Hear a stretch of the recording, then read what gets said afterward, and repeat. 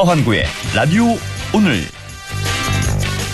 여러분 안녕하십니까, 허환구입니다. 역사 인식, 정치적 편향, 법인카드 사적 유용 의혹까지 국회 청문회에서 많은 의혹이 제기됐지만 윤석열 대통령은 이진숙 방송통신위원장 후보자에 대한 임명을 강행할 것 같습니다. 대통령실은 윤 대통령이 어제 국회에서 이 후보자에 대한 청문 보고서 채택이 불발되자 오늘 오전 인사청문 경과 보고서 재송부 요청안을 제가했다고 밝혔습니다.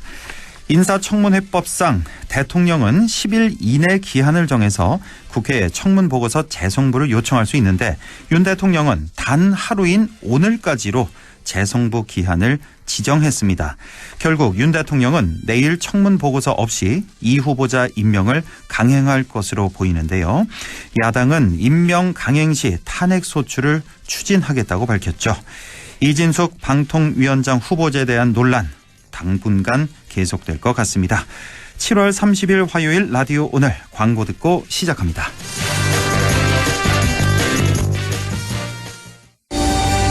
이 음악을 듣고 하던 일을 잠시라도 멈췄다면, 이 소리를 듣고 잠시라도 설레었다면 당신의 리니지M은 아직 끝나지 않았다는 이야기입니다.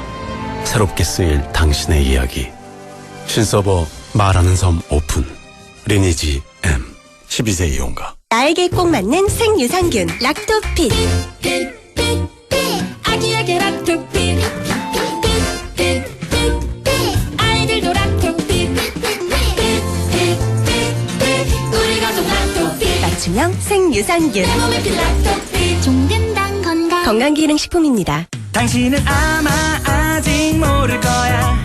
장기렌토 숨은 강자. 아마존 아마 믿지 못할 거야. 합리적인 이 가격을. 아마존 장기렌트의 숨은 강자 홈페이지에서 실시간으로 확인해보세요.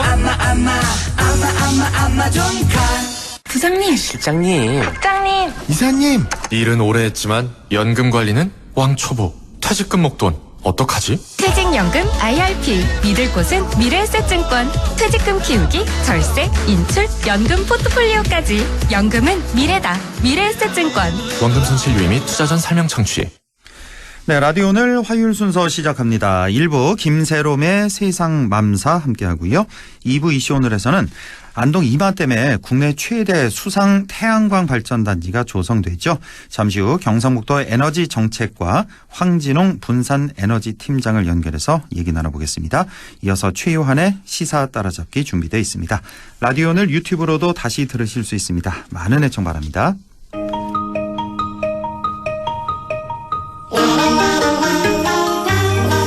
네, 젊은 엄마의 눈으로 바라본 세상 김세롬의 세상맘사, 안동시 의회 김세롬 의원과 함께합니다. 어서 오십시오.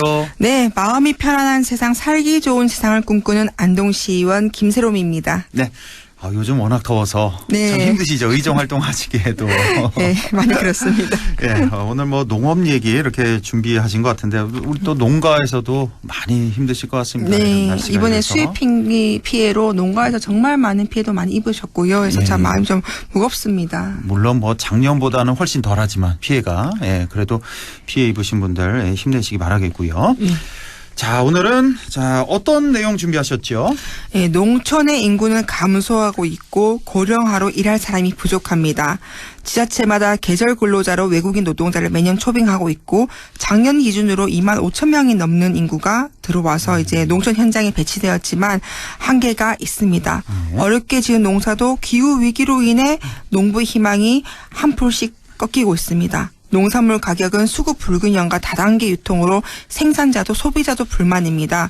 사과가 금값이라고 하지만 이 금사과의 혜택은 생산자인 농민보다는 대량으로 사들여서 저장하고 출하 시기를 조정을 해 이익을 본 유통기업의 몫입니다. 농업정책은 매년 거창하게 발표되고 있지만 농가의 살림살이는 나아지지 않고 오히려 뒷걸음만 치고 있는 게 바로 이 한국농업의 현 주소인데요. 위기에 빠진 우리 농업의 탈출구, 이 농업의 패러다임 대전환이 요구되는데 그 해법 가운데 하나로 그 스마트 농업을 들 수 있습니다.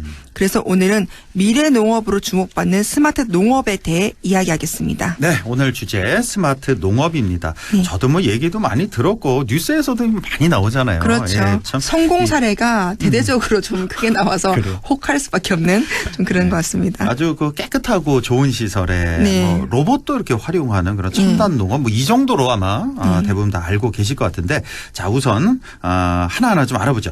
전통 농업과는 어떻게 다른지 좀 더 자세히 설명해 주신다면요. 스마트 농업은 좀 어렵습니다. 그 인공지능, 뭐 빅데이터, 정보 통신 기술을 농업에 접목하여서 작물의 생육 환경과 생산 효율을 관리하는 첨단 농업이다라고 얘기하는데요. 예.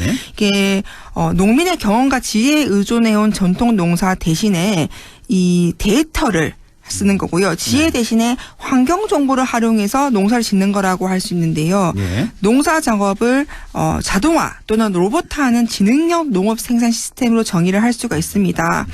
기존에랑 비교해 보면은 뭐 개인이나 가족보다는 농업 회사, 뭐 농업 경영체가 주체가 되어서 근로자를 채용하고 뭐 대규모 토지 또는 뭐 시설 단지에 단일 품목이라든지 아니면 일정 주기별로 대량 생산하는 공장형 농업이라 할 수 있는데요. 이 예. 공장형 농업이란 말이 가장 적합한 것 같습니다.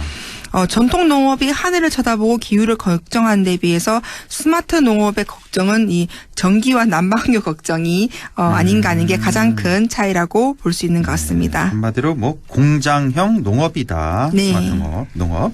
그러니까 우리가 이제 농사 짓는다 그러면 재해의 위험 뭐 비가 안 오면 어떡하나 뭐 비가 너무 많이 오면 어떡하나 이런 걱정을 하는데 그렇죠. 스마트 농업은 난방료, 전기요금 이런 걸 걱정하는 네. 그런 농업이다. 이제 비교를 좀 이렇게 해 주셨는데 자, 스마트 농업 육성을 위해서 정부가 뭐 여러 가지 힘을 쓰고 있다 이런 보도를 많이 봅니다. 네. 네, 실제로 뭐 어떤 역할을 하고 있습니까? 정부가 정말 팔을 제대로 걷어붙이고 나서고 있는데요. 네. 정부는 2027년까지 스마트 농업 보급률을 농업 생산의 30%까지 끌어올리겠다고 계획을 하고 있습니다. 예. 미래 성장 산업으로 농업을 발전시켜 나가겠다는 야심에 찬 계획인데요.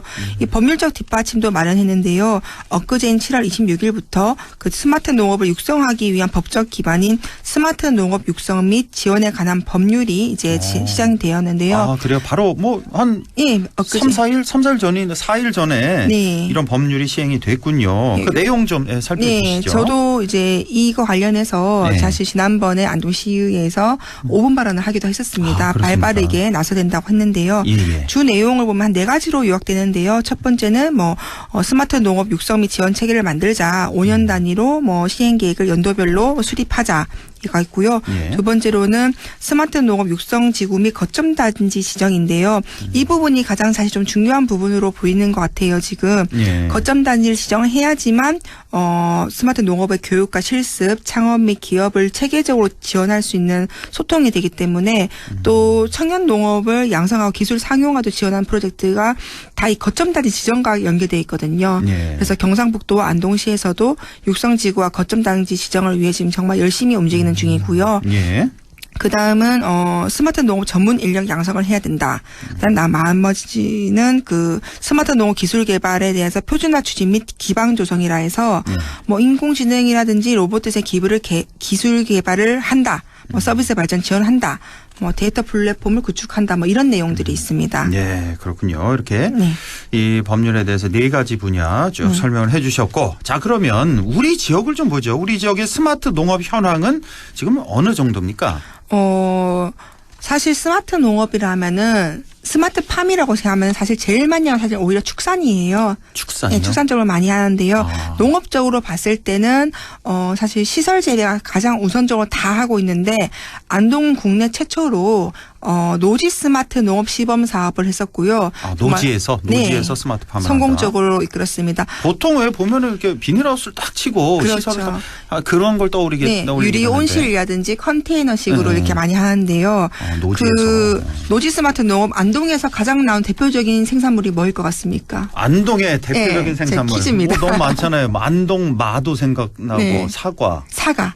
사과예요? 예, 사과요. 아. 이 사과를 노지형 스마트 농업으로 이제 했었는데요. 한국미래농업연구원이 안동에 있습니다. 예. 한국미래농업연구원에서 사과 스마트 농업 데이터를 축적을 해서 이제 관리를 했었었는데요. 예. 이게 전국적으로 스마트팜, 노지 스마트팜이 주목받는 이 이유가 뭐냐면요. 온실과 식물 공장 등 실내를 벗어나 노지로까지 스마트팜의 영역을 확장시켰다는 점에서 안동이 지금 주목을 받고 있고요. 예. 사업성과가 어떤지가 제일 중요하지 않습니까? 예. 그 생산성과 상품화율이 각각 25%와 10%가 향상되었고요.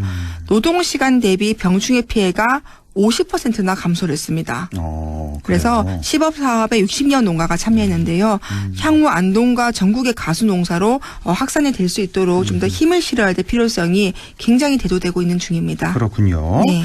그러니까 생산성도 높이고 노동 시간도 많이 줄일 수 있는 노지 스마트팜. 아무래도 뭐 시설비가 훨씬 덜 들겠죠. 노지에서 하다 보니까. 그거에 대해서는 뭐 확실하게 말씀을 못 드려요. 예, 좀 덜 되긴 덜 됩니다. 아무래도 근데 차연막도 필요하고 하기 때문에 또 필요한 부분도 있고요. 또. 그렇겠군요. 네. 예.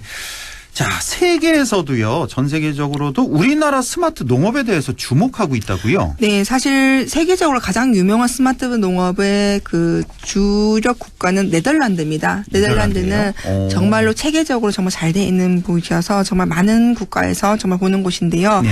그 국내에는 어떤 걸 하고 있냐면 국내 스마트팜 기업들은요. 단순한 기자체 수출을 넘어서 이 우리가 갖고 있는 기술력 있지 않습니까? 네. AI를 기반으로 한 솔루션 공급부터 시공 및 재배 기술까지 포함한 턴키식 패키지. 이게 뭐냐면은 제품을 곧바로 사용할 수 있는 상태로 완성하여 수출하는 방식입니다. 이런 식으로 해서 스마트팜을 미래형 고부가 가치 산업으로 만들어서요. 지금 현재 사우디아라비아, 아랍에미리트, 카타르 등의 국가와 합작 혹은 제휴 방식으로 컨테이너형 수직 농장인 스마트팜 큐브를 개발해서요. 새싹삼, 딸기, 와사비, 뭐 엽채류 같은 고소득 작물을 키우고 있습니다. 예. 우리나라도 뭐 이천 쪽으로 가다 보면 고속도로 지나가다 보면은 고속도로 양옆으로 스마트팜 큐브가 있어서 볼 수가 있는데요. 그래요? 예. 보면은 잘 보일 겁니다. 예. 예, 그리고 베트남에서도 그 한국산 딸기랑 인삼 등의 신선 농작물을 직접 재배하는 수직 농장형 스마트팜을 도입을 했습니다. 그래요. 그리고 스마트팜과 아쿠아포닉스를 결합한 친환경의 고도화 스마트팜 기술도 있습니다. 아쿠아포닉스? 이건 처음 들어보는데요. 예, 스마트팜이 그동안에 대해 문제가 뭐냐면은 물을 이용하거든요. 수경 재배예요, 기본적으로. 이 예. 물이 방류가 되는데 이 물이 오염도가 높다는 게 문제였던 거죠. 식물에게 과하게 영양분을 제공하고 하다 보니까 예. 이어져 약물이 들어갈 수밖에 없는 거거든요. 그런데 이 아쿠아포닉스는 뭐냐면요. 스마트팜에서 사용한 물을 아쿠아포닉스로 갑니다.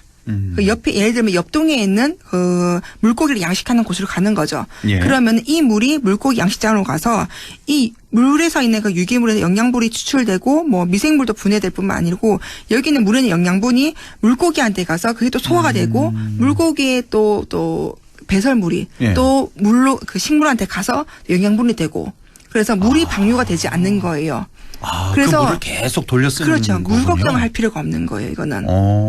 예. 네, 그렇게 하는 건데요. 이게 아쿠아포닉스입니다. 그래서 아쿠아포닉스를 통해서 뭐 향어라든지 뭐 장어라든지 예. 뭐 여러 가지 지금 물고기들을 지금 키우고 있고요. 이게 충북 진천에 있는 스마트팜 기업이 이걸 개발을 했어요. 네. 여기도 사실 그 전에는 뭐 대기업에서 크게 뭐 지원을 받아서도 했지만 한번 큰 실패를 하고 그 다음에 이렇게 한 건데요. 저도 여기 직접 또 가봐서 또 기술력을 또 보기도 했었는데요. 그래요.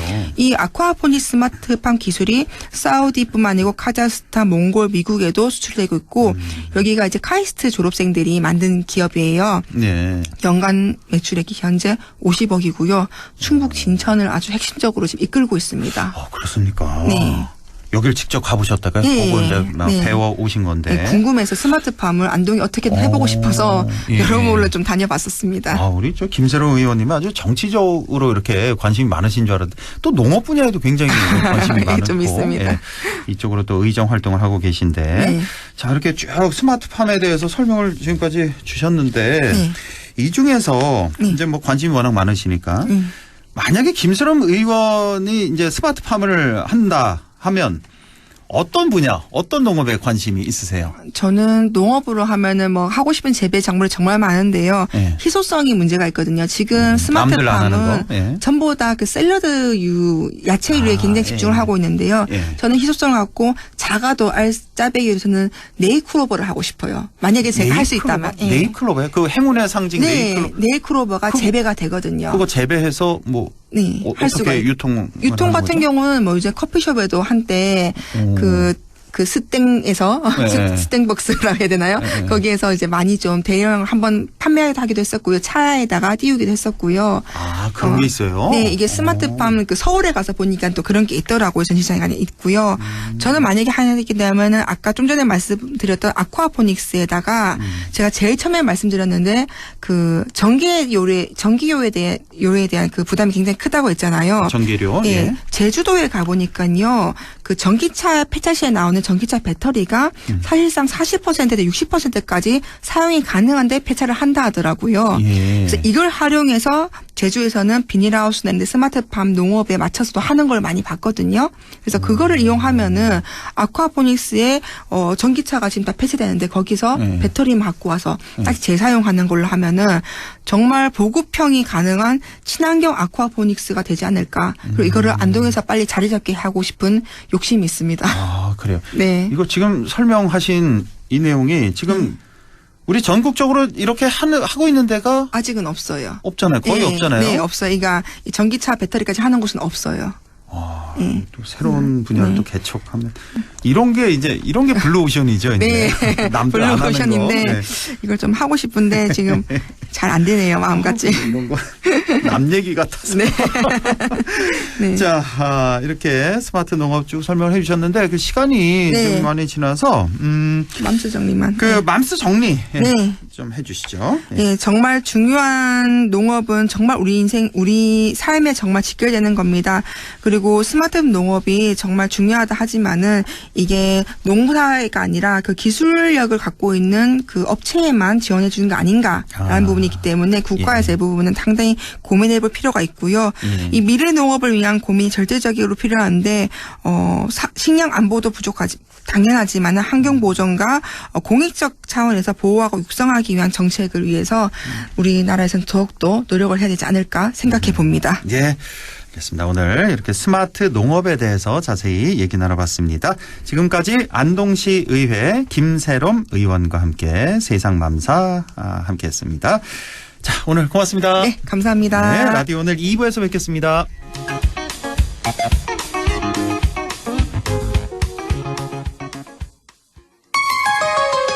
MBC 라디오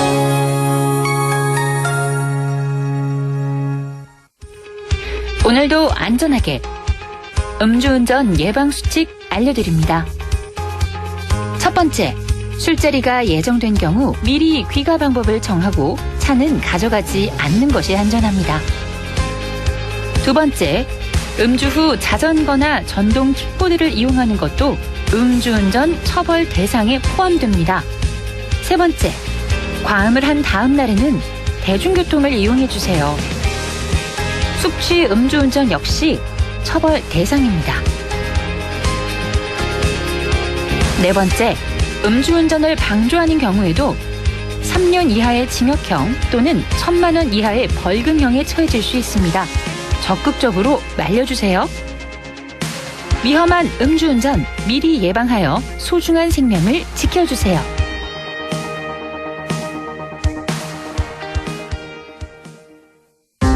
대한민국 인구의 5%, 이주 배경을 지닌 250만 명 이상이 함께 살고 있는 우리. 그 속에 우리 친구들이 있습니다. 승원이와 농구 대결을 좋아하는 모이브. 모이브요? 농구 진짜 잘하죠. 근데 전 못 넘어요. 뭐래? 내 입에 수신 잘 쏴. 하늘이와 떡볶이를 먹으며 수다를 즐기는 카리나. 얘요? 얘 매운 거 진짜 잘 먹어요. 진짜 안 맵냐? 전혀. 민승이와 편의점 가는 걸 좋아하는 윤수도. 윤수 다른 점이요? 뭐 있냐? 글쎄? 우리에게 중요한 건 우리 모두 친구라는 사실. 우리는 모두 우리입니다. 공익광고협의회.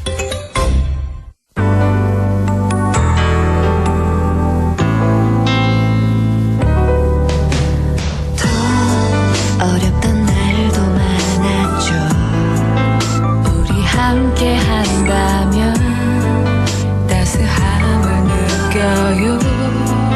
사랑이 있어요. 소중한 꿈을 이뤄봐요. 우리 함께 여기 있으니 감동과 사랑이 있는 MBC 라디오 문화방송 100.1 MBC 라디오.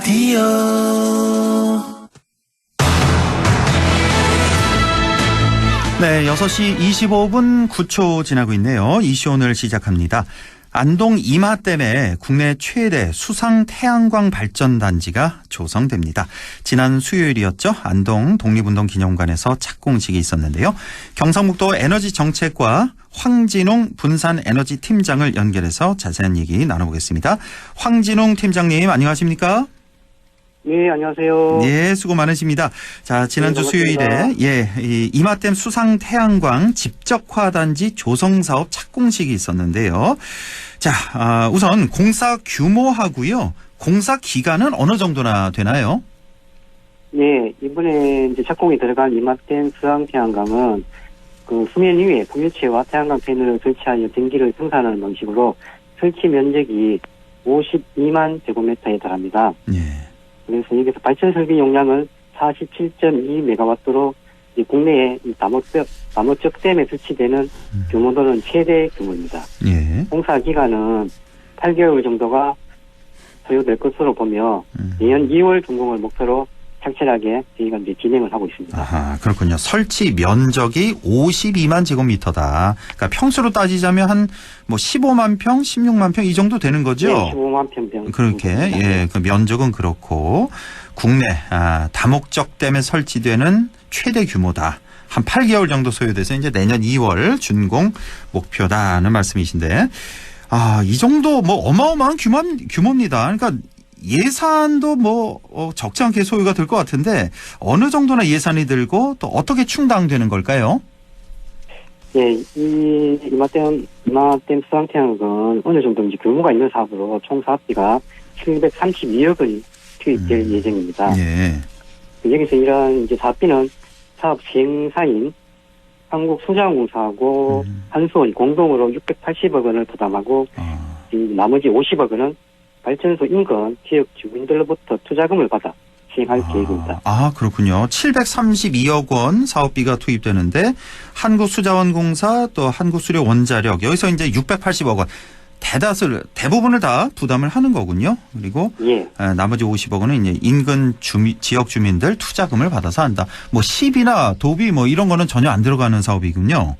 예, 이거는 그렇죠? 이제 민자 투자 사업으로 진행되고 있습니다. 민자 투자 사업으로 진행된다.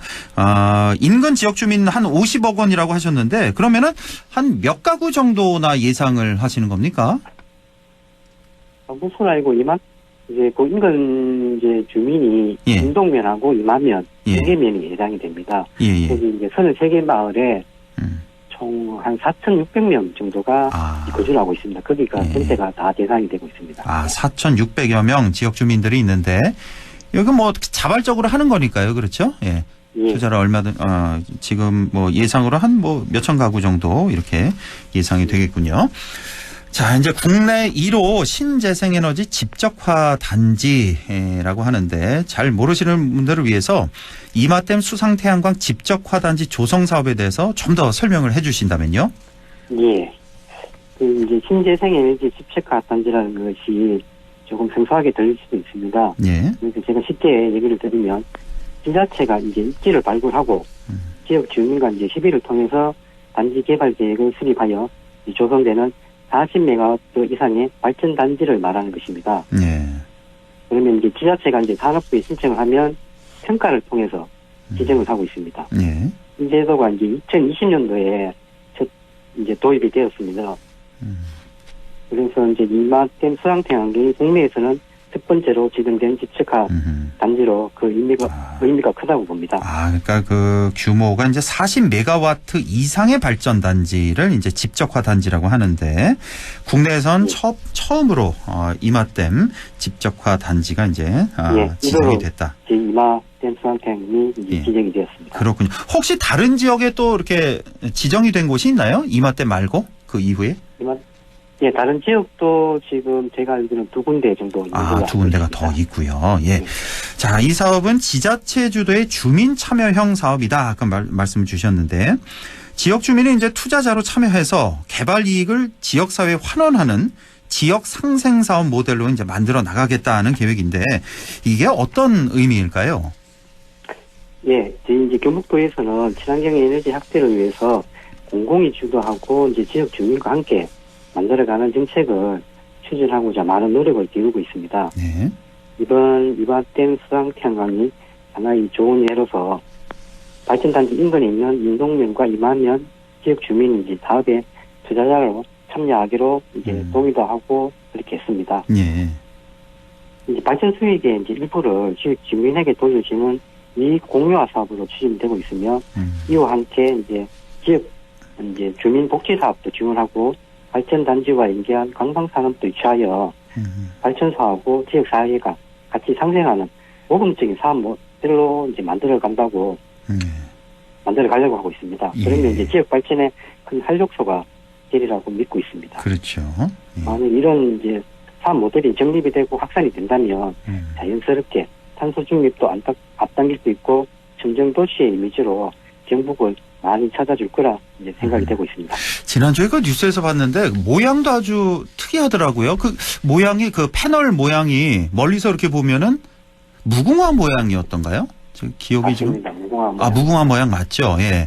예. 그렇게 해서 쭉 이제 설치를 할 텐데 이제 지역 주민들이요. 아까 한 4천여 명 정도 산다고 하셨는데 혹시 이것도 좀 모델이 나왔는지 모르겠는데 예를 들어 그 지역 주민이 난 이번에 이제 수상태양광 투자를 하겠다. 그래서 예를 들어 뭐 한 1,000만 원 정도 투자한다. 그러면은 뭐 예상 수익 뭐 이런 것도 나왔습니까? 아직입니까? 예. 정확한 이제 그 예상 수익은 안 되지만 그래도 투자금의 10% 정도는 수익으로 가져갈 수 있을 거라 봅니다. 10% 정도 연 10% 정도? 그렇죠. 예. 그렇게 해요. 예. 1,000만 원 투자하면 한 100만 원 정도. 뭐 그때 가봐야 알겠지만 좀 더 발전이 어느 정도 되는지 그 정도로 예상을 하고 있다는 말씀이시고. 자, 바로 내년 2월 준공이 이제 목표라고 말씀 주셨는데 준공 이후에 정상 운영이 되면 효과가 상당할 것 같습니다. 발전량을 포함해서 기대 효과 어떻게 전망해 볼 수 있을까요? 예, 이제 발전소가 정상적으로 가동이 되면 연간 발전량이 6만 메가와트 정도가 될 것으로 이제 예상을 하고 있습니다. 예. 이 양은 이제 만약에 전기를 이제 수척에 공급할 경우 약 2만 2천여 가구가 사용할 수 있는 발전량이라고 보시면 됩니다. 1년에. 예. 그리고 이제 수상태양광은 탄소 배출이 없는 친환경 에너지원입니다. 예. 그러니까 소나무 480만 그루를 심는 효과와 같으며 이것은 연간 2만 8천 톤의 온실가스를 감축할 수 있는 효과라고 보면 됩니다. 어마어마하군요. 그러니까 연간 발전량이 한 6만 메가와트 아워 정도인데 이게 이제 2만 2천 가구가 연간 사용할 수 있는 발전량이다. 예. 소나무 한 480만 그루 심는 것과 같은 효과, 또 2만 8천 톤의 온실가스를 감축할 수 있는 그런 장점이 있습니다. 그런데 이런 장점이 있는 반면에 한편에서는 수상태양광 집적화단지 조성 사업이 혹시 그 이마댐의 수생태계에 악영향을 미치는 건 아닐까 하는 걱정도 있잖아요. 우리 팀장님도 아실 것 같은데요. 여기에 대해서 뭐라고 대답하시겠습니까? 먼저 이제 그렇게 걱정을 하지 않으셔도 된다고 이제 말씀을 드리고 싶습니다. 이게 이제 2011년도부터 한국환경연구원에서 5차례에 걸쳐서 이제 실시한 환경성 검증 결과 자료가 있습니다. 이 자료에 보면 수상태양광 발전 시설이 수질이나 수생태계에 미치는 부정적인 영향이 없다는 것이 객관적으로 이제 검증이 된 바가 있습니다. 그렇습니까? 지난 2011년부터 5차례 걸쳐서 검증을 했는데 아무 영향이 없다, 악영향이 없다. 예. 그리고 이제 이마댐 입지에 대해서도 소규모 이제 환경 영향 평가를 이제 실시하였고, 수자원 공사 이제 관계자의 말에 따르면 농면물 수증 기준보다 이제 강화된 친환경적인 자재를 이제 사용하고 수질과 생태계 등 환경 변화를 이제 비교 관찰하는 환경 모니터링을 건설과 운영 기간 동안 지속적으로 이제 실시를 한다고 합니다. 아, 그 태양광 자재 자체를 아주 친환경 자재를 사용하는 거군요. 맞습니다. 그래서 예, 수생태계에는 아무 영향이 없다는 그런 말씀이시고요. 예. 아, 그리고 그 태양광 패널이 있잖아요. 그 넓적한 사각형의 그 예. 패널이 사후 관리도 중요하다고 하던데요. 예, 맞습니다. 예, 뭐 수상 태양광의 경우 같은 경우는 예. 이제 민물에 의한 이제 자연 세척을 원칙으로 하고 있습니다. 자연 세척. 예. 예, 자연 세척을 원칙으로 하고 있습니다. 그리고 이제 패널의 이제 오염 상태나 이제 파손 등은 이제 정기적으로 사전에 점검해서 위기 보수를 이제 시행해 나갈 계획입니다. 예, 알겠습니다. 자, 끝으로 덧붙이고 싶은 말씀 있다면 전해주시죠. 예. 이제 국내 1호 이제 신재생 에너지 지측화 단지인 이마댐 수상 태양광을 지역 주민과 함께 잘 만들어서 안동 지역에 이제 새로운 랜드마크를 만들고 관광 자원과 인계하여 지역 경제 활성화에도 최선의 노력을 다하도록 하겠습니다. 네, 알겠습니다. 저희도 기대를 해보겠습니다. 지금까지 경상북도 에너지 정책과 황진홍 팀장과 함께했습니다. 팀장님 고맙습니다. 예, 감사합니다.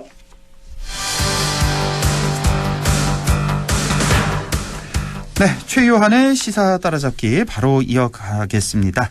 자, 사르트르가 죽었을 때 누군가 그랬다고 하죠. 이제 프랑스도 조금 외롭겠다. 대한민국 대중문화의 상징 김민기 선생과의 이별에도 이제 대한민국도 조금 외롭겠다. 이렇게 얘기할 수 있을까요? 자, 오늘은 고 김민기 선생에 대해서 얘기 나눠보겠습니다. 자, 최요한 시사평론가 연결되어 있습니다. 안녕하십니까? 예, 반갑습니다. 최요한입니다. 네. 자, 오늘 그 본론 들어가기에 앞서서 김민기 선생 그 앞에 뒷것이라는 호 같은 것을 붙이던데 이게 무슨 뜻입니까? 뒷것? 이거 김민기 선생 스스로 말씀하신 건데요. 선생의 별칭 같은 겁니다. 앞것의 반대입니다. 앞것은 뒷것. 배우나 가수 등 앞에 서서 스포트라이트 받는 사람들을 의미하고 뒷것은 영어로 스태프, 우리말로 뒷것. 뒤에서 묵묵하게 조명과 음악을 담당하고 조금 더 앞것, 배우나 가수, 아티스트들을 돋보이게 하는 사람들을 스태프, 뒷것이라고 합니다.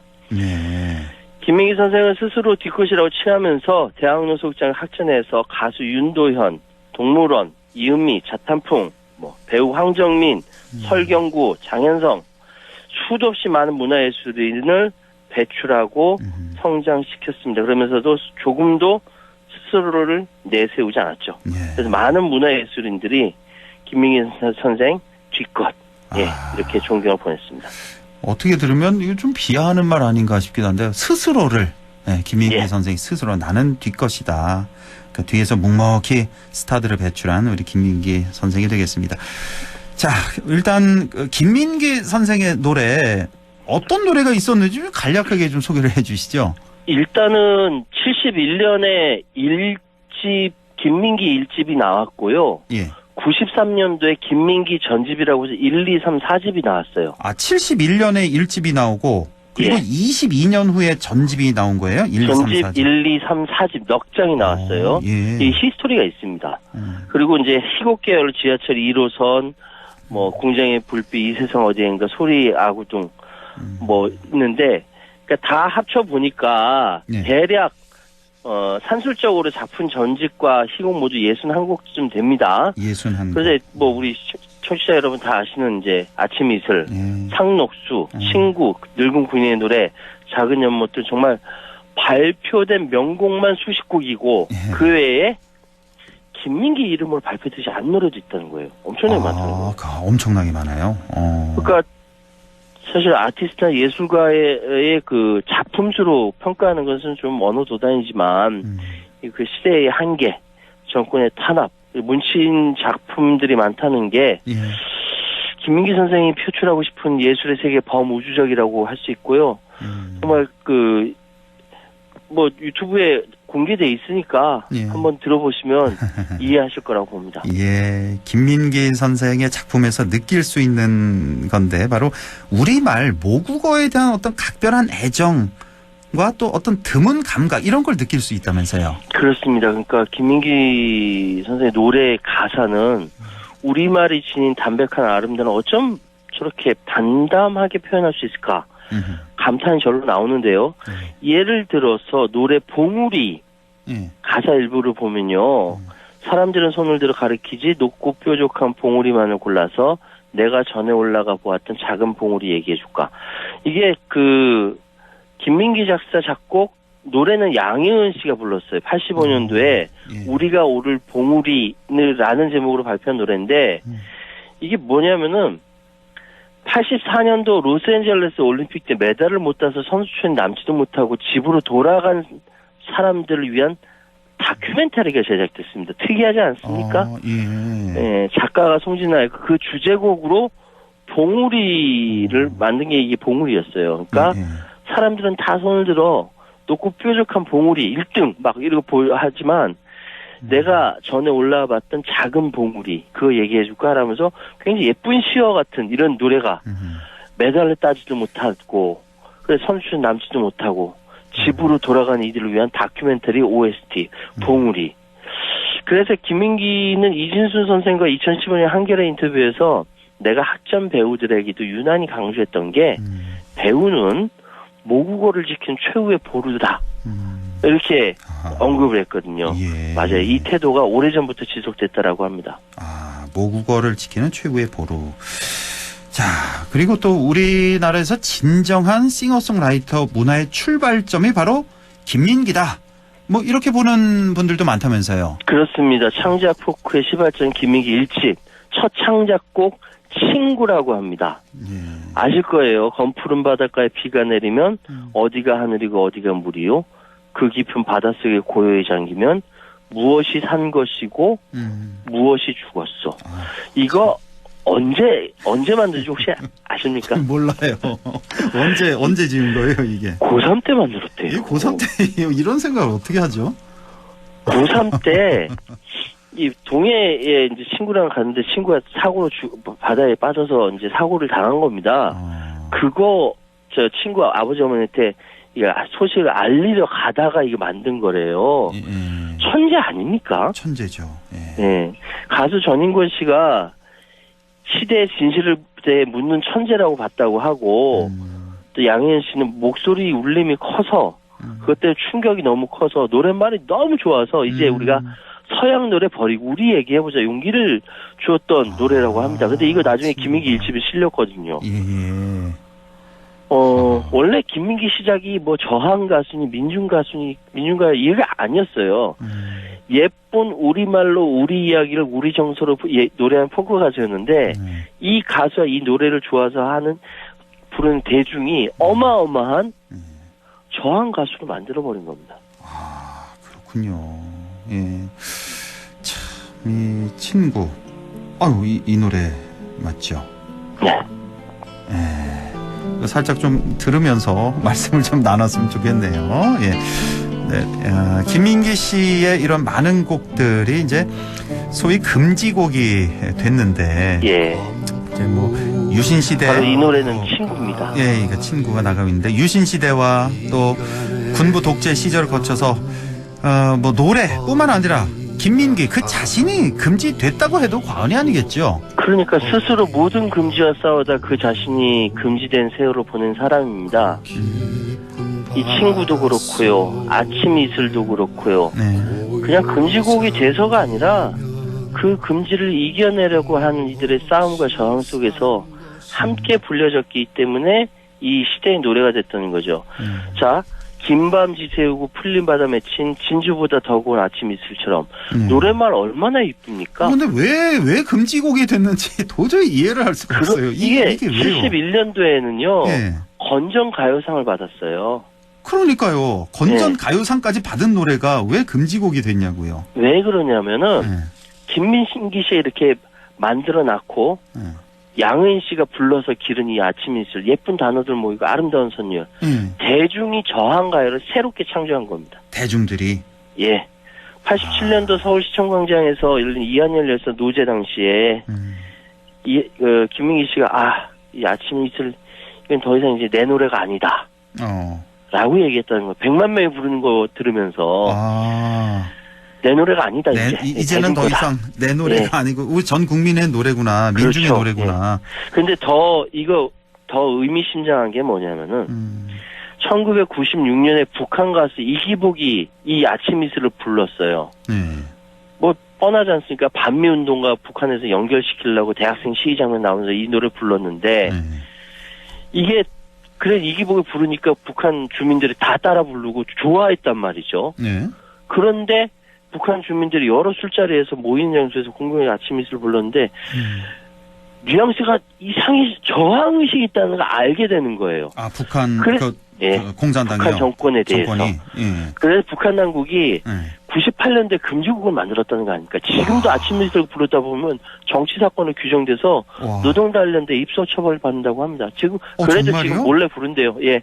아 북한에서도 지금 이 아침 이슬이 금지곡이 되었습니다. 예. 이건 몰랐네요. 예. 자 그런데 당시에 금지곡이 되는 이유 뭐 어떻게 설명을? 아니 네 가지를 이유를 들어요. 국가안보와 국민단결에 악영향을 주면 안 된다. 무분별한 외래풍주 모방하면 안 된다. 염세적이거나 패배적인 내용을 담으면 안 된다. 선정적인 태폐풍주 조장하면 안 된다. 그래서 75년도부터 86년까지 2139곡의 국내외 음악이 금지곡이 됐습니다. 아시다시피 이미자 씨의 동백아 아가씨, 일본 엔카풍이라고 금지곡 됐고요. 그러면서 박정희 되게 좋아했다고 그러죠. 아, 엔카풍이어서 금지곡 됐던 거예요? 동백아 아가씨가? 그러면 청와대에서는 박정희 맨날 이 노래 불렀대, 동백아 아가씨. 자기는.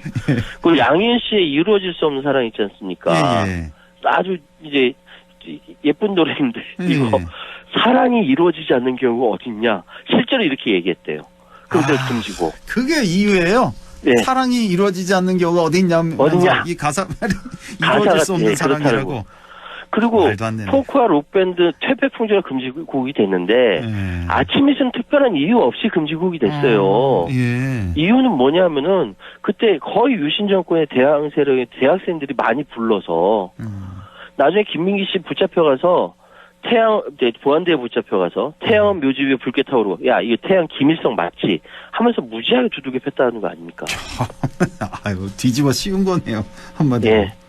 야 참 너무 가슴이 아프네요. 자 그리고 또 김민기 하면 뭐 가수로서도 이제 김민기 유명하지만 바로 연극단이죠 학전. 김민기 하면 학전 하면 또 김민기. 뭐 아니겠습니까? 학전에 대해서도 좀 소개를 해주시죠.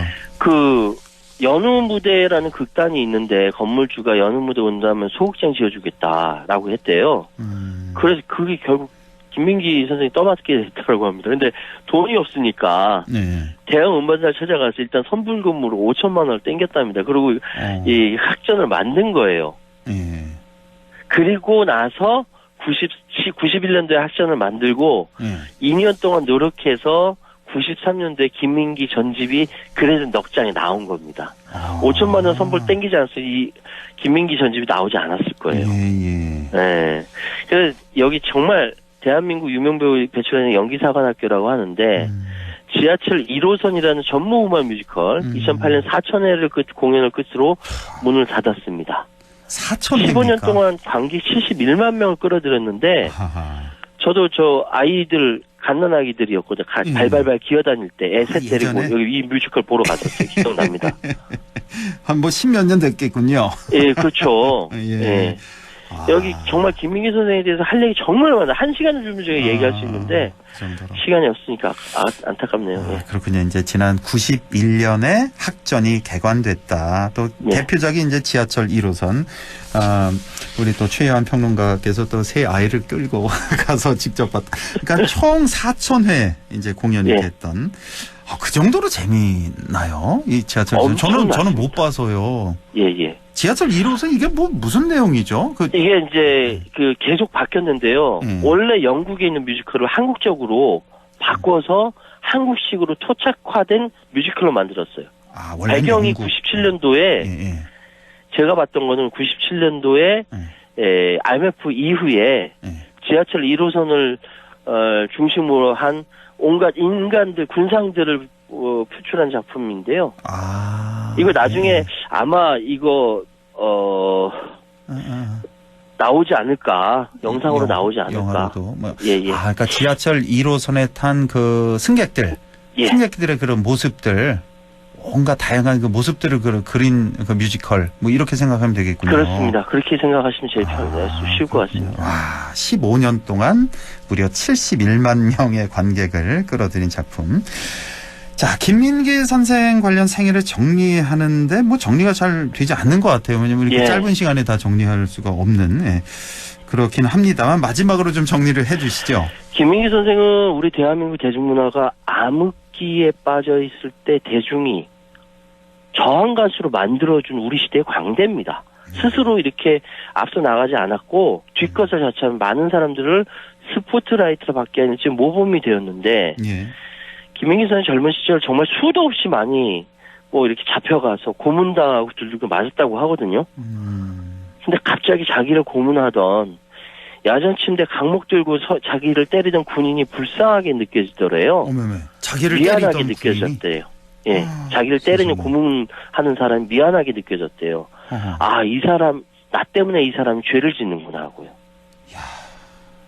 참, 이거 울컥하는데. 이건 정말 보통 사람으로서는 아니죠. 상상할 수 없는. 그 혹시 김민기 선생이 예전에 2015년도에 그 이진순 선생이랑 한겨레에서 인터뷰를 했거든요.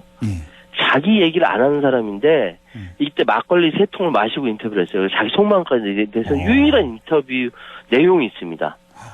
김민기, 이진순 하고 한번 검색해 보시면 나옵니다. 김민기, 이진순. 인터뷰.